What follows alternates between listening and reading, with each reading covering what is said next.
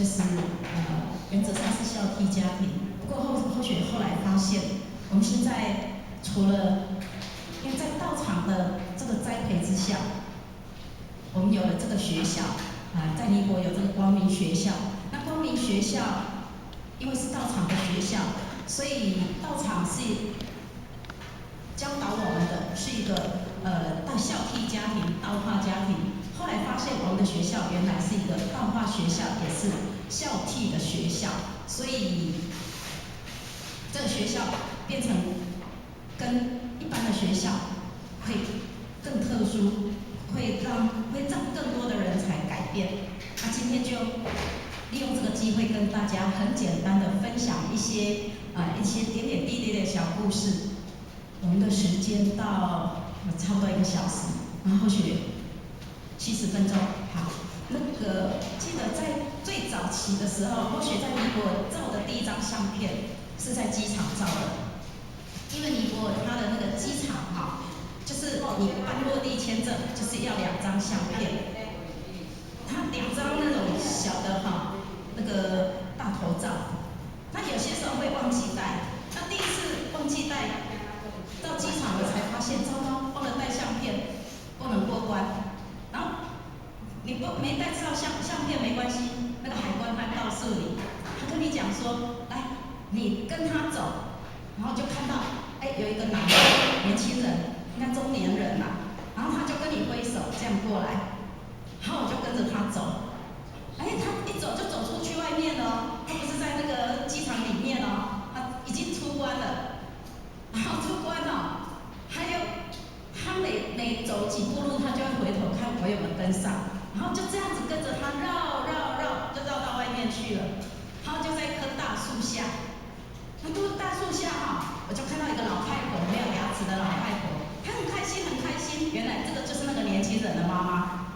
然后他就那个年轻人看到我泡他的，一直挥手，你过来，然后那个妈妈也挥手，你来。然后那个妈妈就拿出一块椅子，那个椅子很脏，就把一样换，就是把它弄一弄干净了。来，你坐下，然后就坐下来，看他要做什么。然后再来那个妈妈很可爱，她马上又跑到后面去拿一块布，那块布很脏，然后当背景，然后她就告诉我，来，你坐下，就这样开始用拍立得照相。然后原来不是只有我，等一下又有很多外国人陆陆续续都过来。大家都忘记拿相片了，然后用拍立得这样照完，然后就出来了给你，我就在那边看。等一下一个美国人他也照了，他照完他问我，你的相片借我看一下。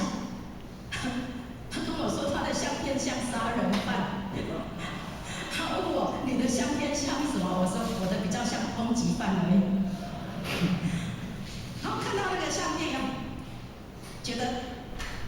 他们的国家就是这样子，它让你觉得非常的纯真，也很可爱，但是它的东西品质并不是很好。可是后来在那边生活，就发现我们的命运也跟他们的那个品质一样，命运跟品质都开始跟台湾完全不一样了，开始走向这种又是可爱，可是又是比较应该说。展开一条坎坷却是精彩修漫的路，因为这些东西在台湾都不曾碰过的。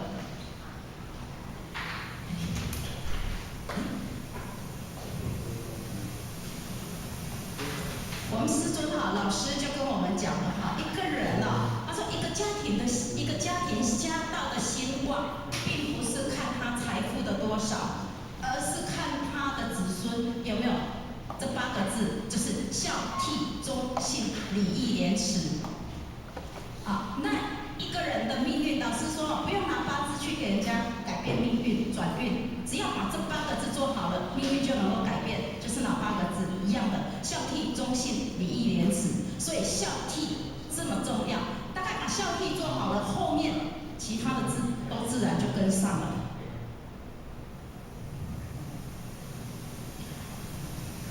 老母跟我们讲，这个修天道如果没有模考的话，那么9世烟花被均反说婆说考验的能够考验的来了，个就是大根器，磨练得来的，那么这个就是佛性能够大显光华。这并非是他谤冤孽过大，并不是别人诽谤冤孽过大，而是没有根基的话，怎么样能够担千叶莲台？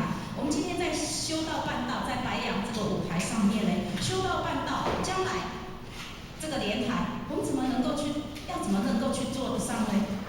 一定要经过很多的这个磨练，所以呢，经过种种考验，那在尼泊尔，昨天晚上听我们江野传师在谈到他的在世界各国看到就是开创道路的这种种种的故事，或许听了很感动。那今天就跟大家分享一下在尼泊尔的部分。当时或许去到尼泊尔才知道当地是内战嘛，然后因为内战，所以发生了很多这些在台湾不可能发生的事，所以人生的很多第一次都在那里发生。有一次，因为我们刚开始租房子，或许租房子，租的房子经常都是他们看到外国人就给了很多麻烦，房东找麻烦，所以一直搬家，一直搬家，到最后呢，就是我们佛堂第一位住进佛堂的人才阿基达就跟后学说迪安斯，那时候后学还不是迪安斯，他都说 sister， 你不要出面去租房子，因为每次一租房子就会惹来很多的灾殃，那灾难真的是想象不到所以呢，他就跟后学说，以后租房子我们出来，我们当地人出面去租就好了。然后刚开始因为有一个道亲是阿基达的亲戚，他就很诚心，他就跟后学说，这样子，这个房子我们搬家，因为房东老是找麻烦嘛，这次搬家你不要出面，我出面。他叫 Rogers， 结果这 Rogers 他就说我出面，那你怎么样嘞？你先等我房子搬好了以后，你再过来。然后他还讲了，这个 Rogers 还说，他说我会出钱，你不要出钱。他说以前你租房子都是你出钱，你太辛苦了，现在应该由本地人来承担。我听一听也觉得好感动终于有本地人可以承担出房租了。那我就很信任他，好的，那我跟阿基达就慢一点去，就让他去租房子。结果他租了一栋房子，很漂亮，很漂亮，那个感觉不输我们正和书院，我们这个佛堂，当然没那么大。后学的意思说那种感觉很漂亮，像好像住进皇宫。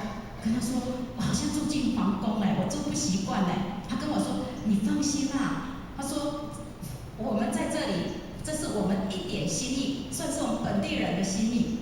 后学看到他那么有心，就接受了。既然他已经租了嘛，而且他那个房租一个月那时候台币差不多将近2万块。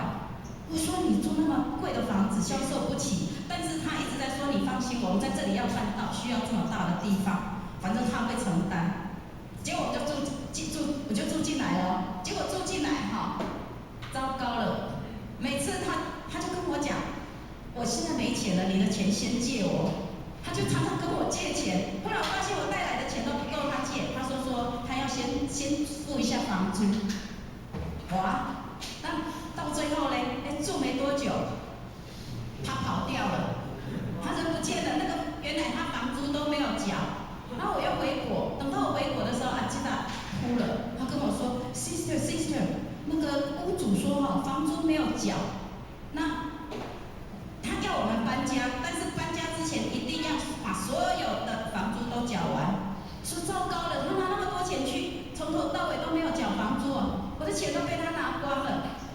后来因为我人在台湾，那不知道状况，到最后才知道，那个屋主很生气，所以他来要打阿基达。阿基达跪下来跟他们求饶，还跟他们讲对不起，这个不是我们那个台湾 sister 的问题，是他的钱有给了，房租有给，但是被别人拿走了。解释了老半天，人家听不懂到最后就是半夜里面基本上在半夜偷偷的把汤匙、把碗一块一块拿出来，然后呢，钱汇过来以后，房租缴了，然后才可以搬家。他要缴房租之前，对方还不愿意放过我们，然后阿基达还跪着跟他拜托求饶，就这样子，到最后我们才顺利又搬家了。所以已经搬过很多次家了，之前搬家都是后学一个人，但是后来就是有本地人以后，才有本地人，就是由阿基达开始。后来这个我们搬的新家，我们又开始重新开始了。重新开始，每天早上我们就是上早课。刚刚说的这个 Rogers， 他有一些，他曾经度了很多人，换成他度的人，经常回来佛堂，而 Rogers 也又回来了。阿慧学说：“你上次跑掉了，现在你不可以就是不可以再骗我。”结果他说：“我不骗你，我不骗你。那之前是因为我没钱，一时接济不上。然后到最后呢，这个 Rogers 就说他要献地，献出一块地，然后他说他的地要给我们盖学校，给我们盖医院。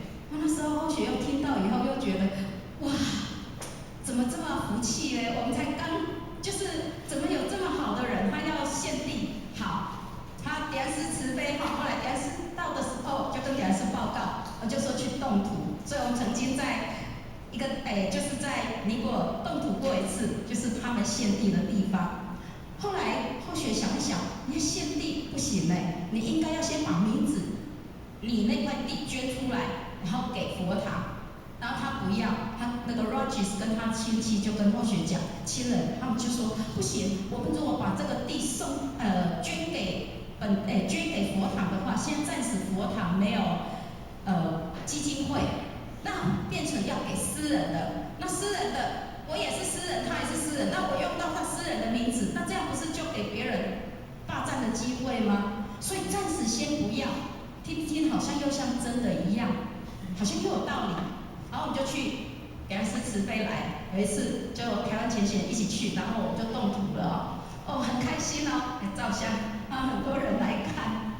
结果心里就梦想，我们将来有一天会有学校，会有医院。结果动完土回来以后开始了，你知道那个 Rogers 跟他带来的道亲有一天 Rogers 度了100多个人，他跟他的道亲一起度了100多个人。然后那天很忙，那时候或许刚提拔，刚领命，结果就可以办到了。那一场办到差不多将近下午2点，肚子很饿，然后有一些人就在煮饭。煮完饭吃，就是煮完饭2点多，肚子很饿了，大家就坐下来准备要用餐。结果要吃饭的时候，那个 Rogers 跟他旁边的人突然就跟阿基达说，不可以给他吃说不可以给我吃。他说这个台湾人要吃我们剩下的，如果有剩饭的话再给他吃，没有剩饭的话他就不要吃。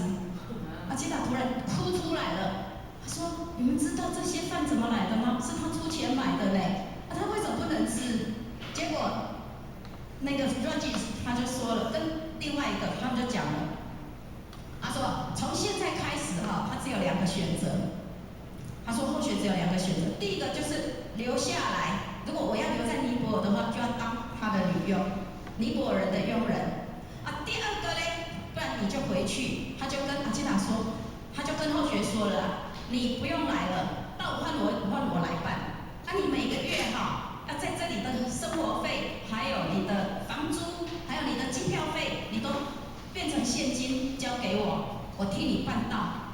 我说到还可以替我办然后他跟我说，前人给你很多钱，结果都被你私吞了。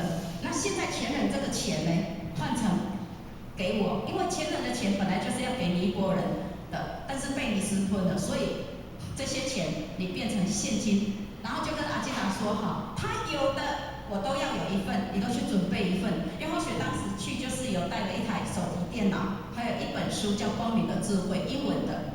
因为每天早上我们就是读这一本书。他说还有一个碗，还有1双筷子。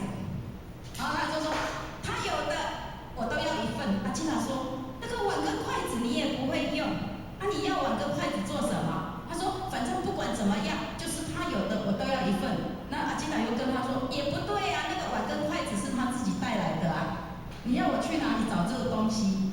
结果嘞，阿基达哭出来嘛，到最后就跟他吵架，就跟他说你太过分了，这怎么有可能要屌丝每个月都要寄钱给你？结果那两个人啊，就是他们一群人就全就包围着，就包围住后雪跟阿基达，还有几位比较诚心的道歉，我们都哭了。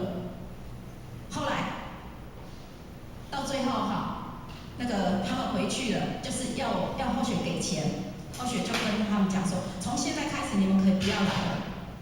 为什么？因为原来他捐的那个地，阿基达就是偷偷跟后雪说，他说，原来是我接到消息，我爸爸跟我讲，听到了消息，他准备这个地献出来之后呢，等到献出来，你盖好了学校，或盖好了医院，或是盖好了佛堂，因为那个地是他们的名下。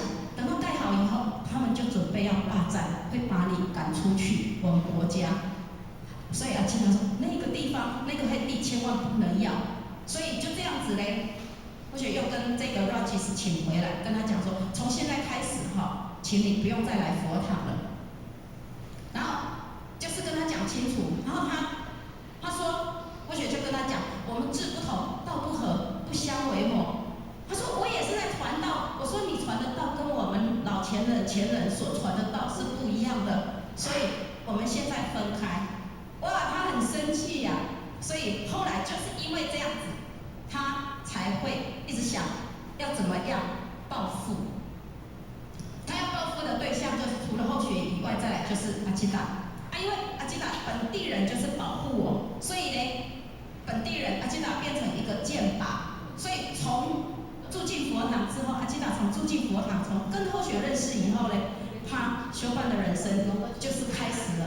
但是考验也没有停过，就是层层叠叠的考验，一直到现在都没有停过。不过呢，就像前人所说的，这个因为过了一波啊，来了一波，又平了一波，过了一层，来了一层，又过了一层。所以虽然是这样子，但是他还是坚强啊。就是说，告诉后学，阿基达告诉后学，这是后学所选择的路。他说这是我选择的路，修办的路，本来我就是知道了，它是充满这个困难。有一次在佛堂里面，也是早上的时候，那时候刚好就听到外面有人，很多的人很吵。那次我刚好不在，因为我经常就是差不多1年只有5个月嘛，所以要出去。那天很吵，他听到怎么外面那么多人？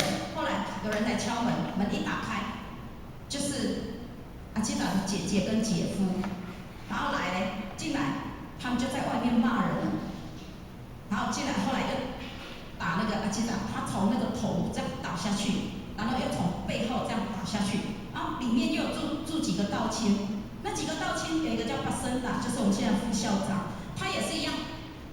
因为他们喝酒，来的时候喝酒，动粗就一打，那个巴森达就跌倒了。那阿基达是从楼梯上滚下去，所以他脊椎受伤。他打的原因是什么？因为他的女儿叫阿基达，他姐夫跟姐姐来，他说他的女儿来佛堂，在尼泊尔呢，在尼泊尔他们是不可以有自由恋爱的，他们所有的婚姻都要经过就是家长安排。那他女儿来这里，才来佛堂，因为他发心吃素。为了要修道办道，他认识了一个道亲。那个道亲看到他要来佛堂，就说看到这个阿拉底要来佛堂这么辛苦，都被家里打，被爸爸打，被妈妈打。所以呢，这个男孩子叫做一个叫 Dennis 的男孩子。这个男孩子就跟他讲，不如我们结婚，以后你就可以好好修道办道。结果他们就跑掉了，私奔。在尼泊尔这种状况，就是如果他不经过媒妁之言都要私奔，就会这样子。可是这个是阿基达他姐姐跟姐夫是因为那个 Rajis 的关系，他们故意要找机会来报复。所以他们就利用这个事情呢，就来打人，所以还跟外面这些道亲啊，就是外面的门口很多围观的人，这些围观的人在那边听，哇，你们怎么修道办道怎么会这样子？所以怎么还会这么多事情？所以呢，左右邻居的人哦，就讲了，不准他们的孩子来佛堂。其实是因为他们为了就是要报复阿基达，报复后学，所以故意找茬的。就这样子闹完了以后，那个房东就打电话，不然房东就跟他们讲，你们如果再闹的话，我等一下叫警察来了。好，他们听到说警察要来才跑掉。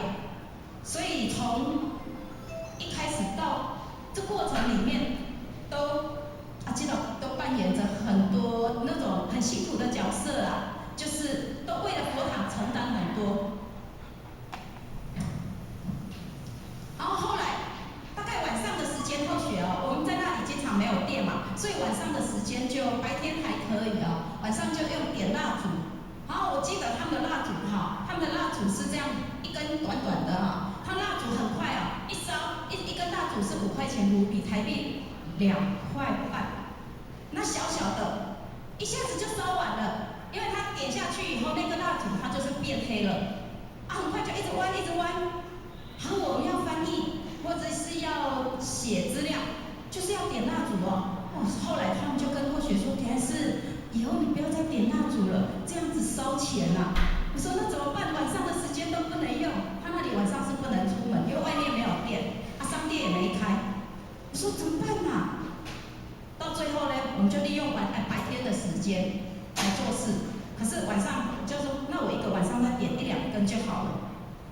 后来才知道他们的蜡烛里面是加马铃薯，你知道吗？我说奇怪了，马铃薯会比那个蜡烛还便宜吗？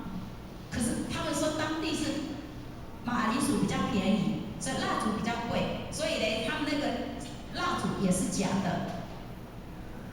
到最后我们就想，我一直跟他说不行我们一定要赶快创办学校。您这个国家，我说这个国家苦难太多了，就是还在内战嘛，所以到最后就一直规划，那我们自己盖学校。他原来那一块地我们就不要了，他们也没再来了。然后我们要盖学校，盖学校刚好在2006年9月份的时候。那时候内战是到最巅峰期，因为整个国家全国都已经被那个民兵霸占，等于说占据了。那国军只剩下加德满都这一小块，加德满都应该是差不多像我们台湾的一个乡镇这么大而已所以说全国都已经沦陷了，剩下这么一点点，这个加德满都这一点国军固守。有一天。后学跟阿基达说，我们几月几号？9月份，我们过几天我们法会结束以后，我们就去乡下办道，因为约好了。结果要去的时候，明天要出发了，没有，今天要出发，明天要开班。结果今天就接到电话了，他们说，田师你不用来了，今天早上这里已经有20几个人，就我们要去的那个村庄。苏鼎他们家，刚好他这边呢，昨天有被20几个被杀了，就在他们家的门口，苏鼎他们家门口。你如果过来的话，太危险了，所以我就没去了。没去就想，那这样子怎么办？就在等过几天，过几天以后嘞，或许就说，那这样子好了，下次去我们顺便就直接买地盖学校，不然的话这样子再等下去不行。所以就准备盖学校。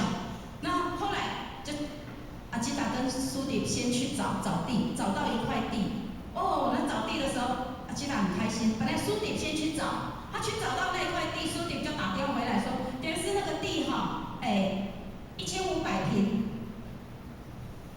，70万的台币。我听到1500平70万台币是很便宜呢。所以就跟苏迪说，好，那我们赶快，我们就买这一块地。阿基达说，你还是不要买，太贵了。他说等我下去，结果他又赶快跑下去。他跑下去的时候，他坐车，刚说下去不是1个小时时2个小时啦，哈，今天出发，明天到。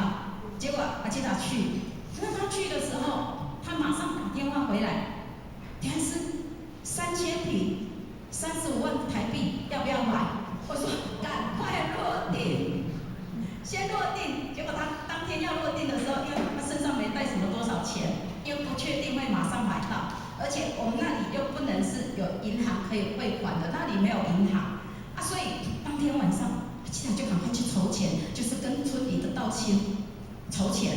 结果刚刚说的那个1500平70万的那一个人哦，半夜啊去拿了很多黄金，然后就给我们的人才说哈，你跟你们点传师说买我这一块，就是70万的1500平70万的那一块。结果拿了很多黄金哦，那个人才哈，他说我们不可能跟你收，我们只看梁师一定是看那个地哪一块地最适合。我们不可以昧着良心，因为这一批人才就比较好了，现在慢慢的人才都比较好，所以呢，他不敢收，也不要。好，记得一讲后学说你先落定，然后他马上又回来接后学，然后去买地，就接后学。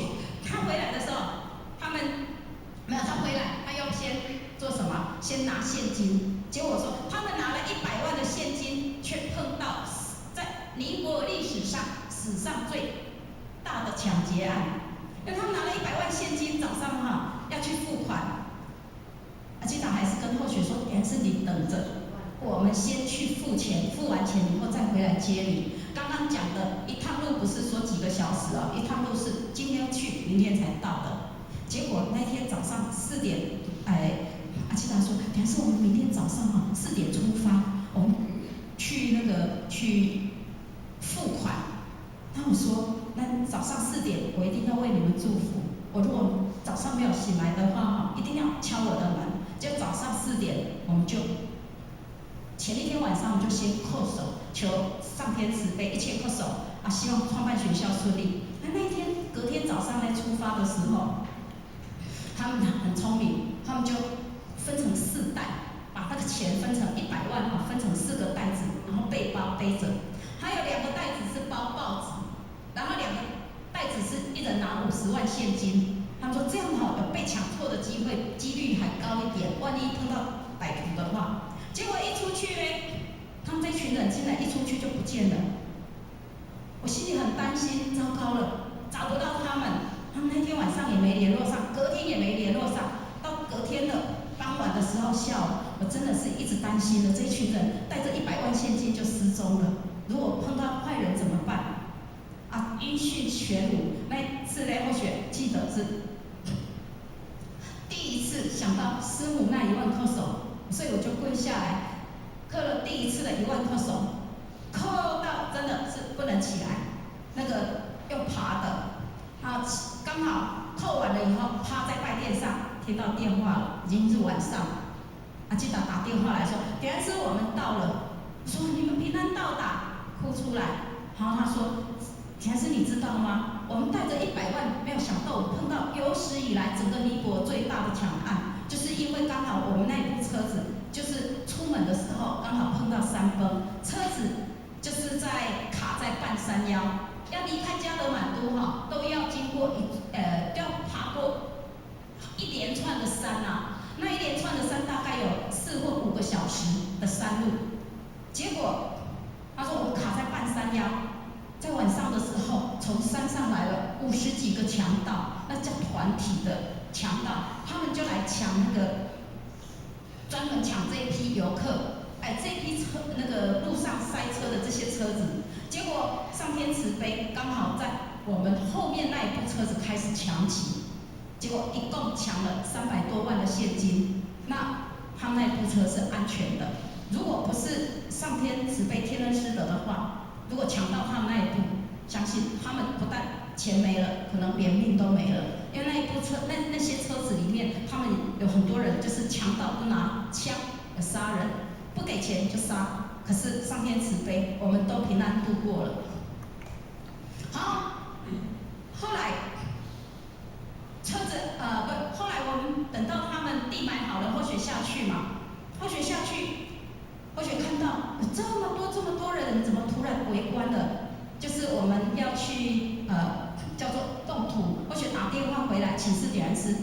悲，说要怎么样怎么办？地买了，点儿是说不用再等了，不用再等点儿是过去，你就直接先动土。就点儿是说摆了一个香案，然后准备了5坛供，然后我们就这样子，还有台湾前线一起来，我们就动土。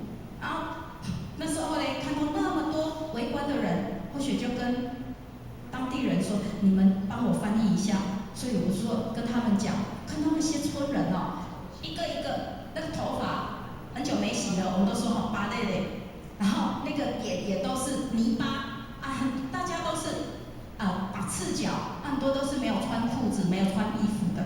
看到那么多人，我雪就跟人才说：“你帮我翻译一下。”请你们给我20年的时间，20年后会有一批一批的好官员会从这个学校培育出来。这些好官员他们能够安邦定国20年后会有一批一批的好医生从这个学校培育出来。他们这批好医生呢，他们能够选古救世。那么20年后也会有一批一批的好老师会从这个学校培育出来。这批好老师呢，这些好老师会能够帮我们国家坐育英才。20年后还会有一批一批的好国民，那这些好国民能够为我们国家福国利民。我说这些好官员、好医生、好老师、好国民，就是你们的孩子，请你们让孩子来读书。结果当时很多人，因为当时他们还没有那种读书的概念，那时候都90%几、80%几都没有读书，都是文盲。因为他们这样子以后，他们来看了，就开始我又去跟他们沟通，挨家挨户去跟他们敲门，请他们把孩子送来。结果他们真的终于把孩子送来了。不过送来的时候，一共学校收了300个学生。明天要开学了，今天突然大翻案，整个翻盘，所有的家长来了都说我们要退学了，不让我们的孩子来读书。我们问他为什么，他说听说来这里要吃素。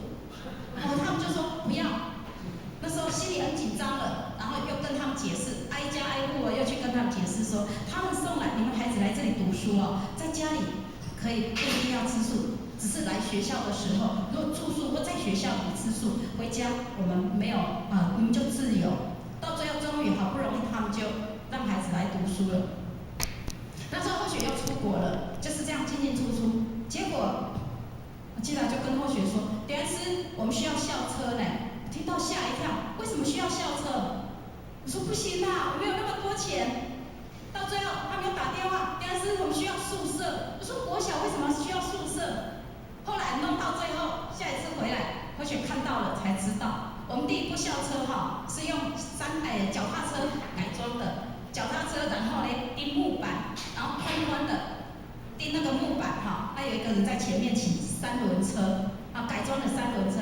我看到那一部3轮车黄色的上面还写一个光明国际学校校车。我看到的时候哭出来了，我说这个叫校车。结果那个司机骑脚踏车那个校车司机看到我的时候就跟我讲，我不干了啦。我说你为什么不干了？他说哇，我骑这一部车子坐10几个人很重然后他说我早上半夜就出门了，去接一个一个把他们接来。可是接来的时候，来到学校已经下午了，因为太远了。等到下午没上几堂课，我又要送他们回去。等到我送他回去，我又回来，我又半夜了。他说我整天都在路上到最后我跟经常说，我们用最快的速度买校车。后来到现在有3部校车，一切顺利，天人师德。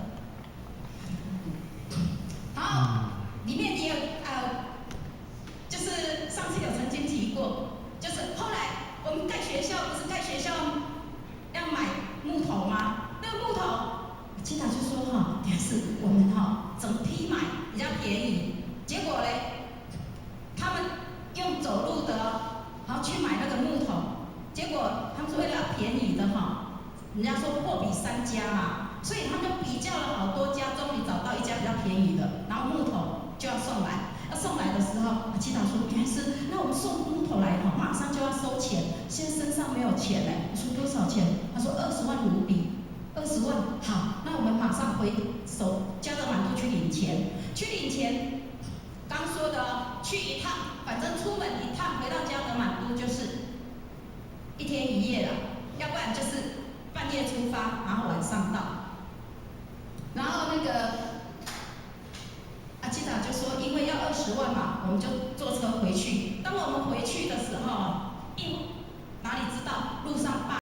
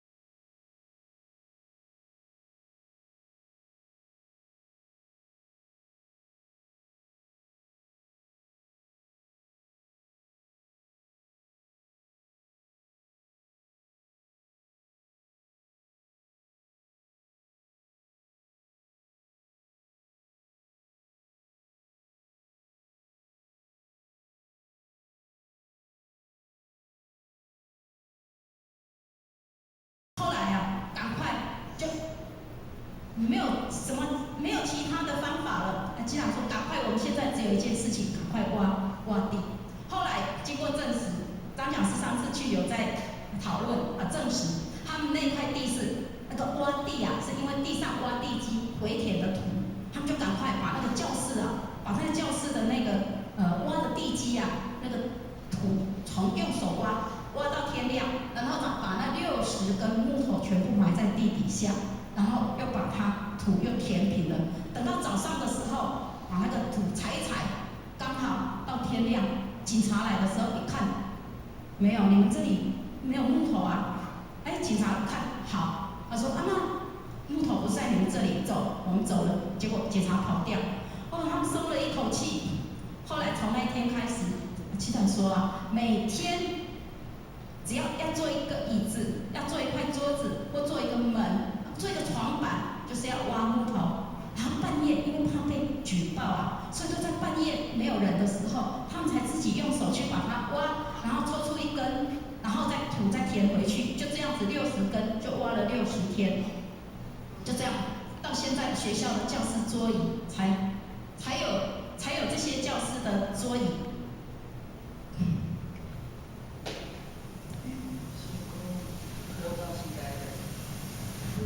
学校当时学校有很多人来霸占第一批学校刚开学就第一团75个强盗，所以一共到现在到目前学校学校成立6年一共有来了14团。那每一团说的不是一个每